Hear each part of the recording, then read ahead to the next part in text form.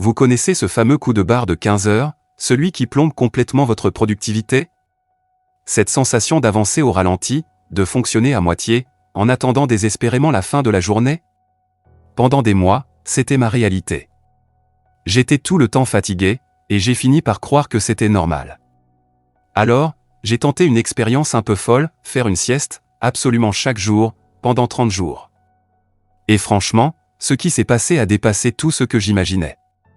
Dans cette vidéo, je vous débriefe tout, les débuts difficiles, les résultats bluffants, et je vous dis si, oui ou non, ça a vraiment changé ma vie.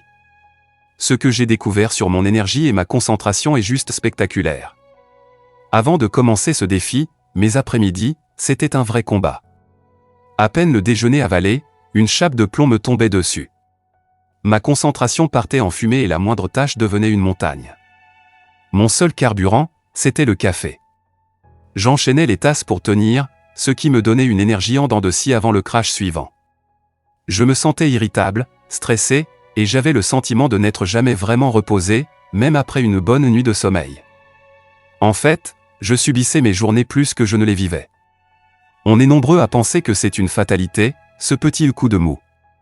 Mais si c'était faux? C'est cette question qui a tout déclenché.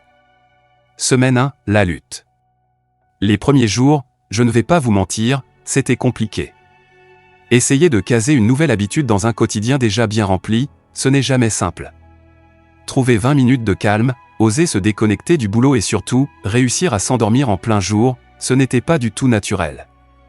Parfois, je passais tout mon temps de sieste à angoisser sur ma to-do list, sans jamais vraiment me reposer. C'était hyper frustrant. Semaine 2, les premiers signes. Et puis, tout doucement, quelque chose a changé. Mon corps a commencé à prendre le pli. Je m'endormais de plus en plus vite. Surtout, j'ai remarqué que le fameux coup de barre de l'après-midi était beaucoup moins violent.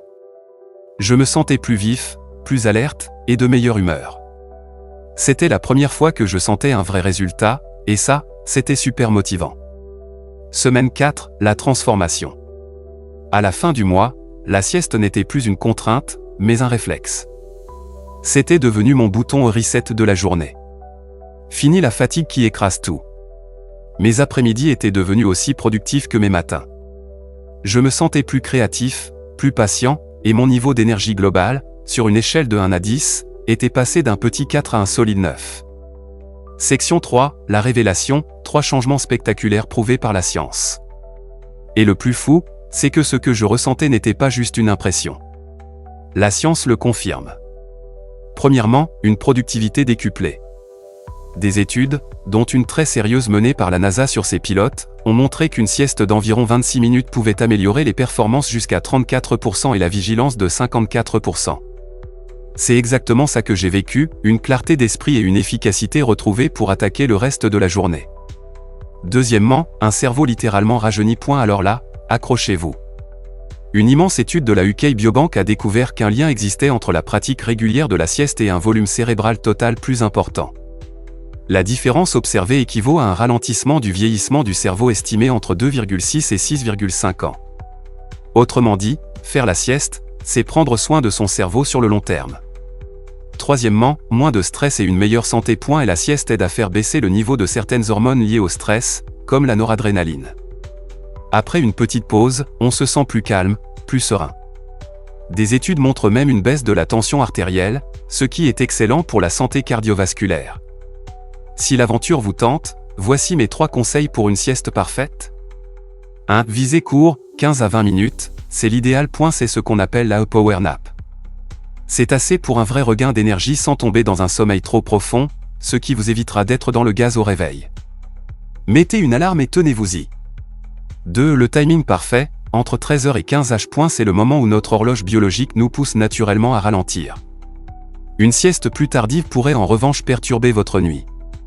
3. Créez votre bulle. Trouvez un coin calme, si possible un peu sombre.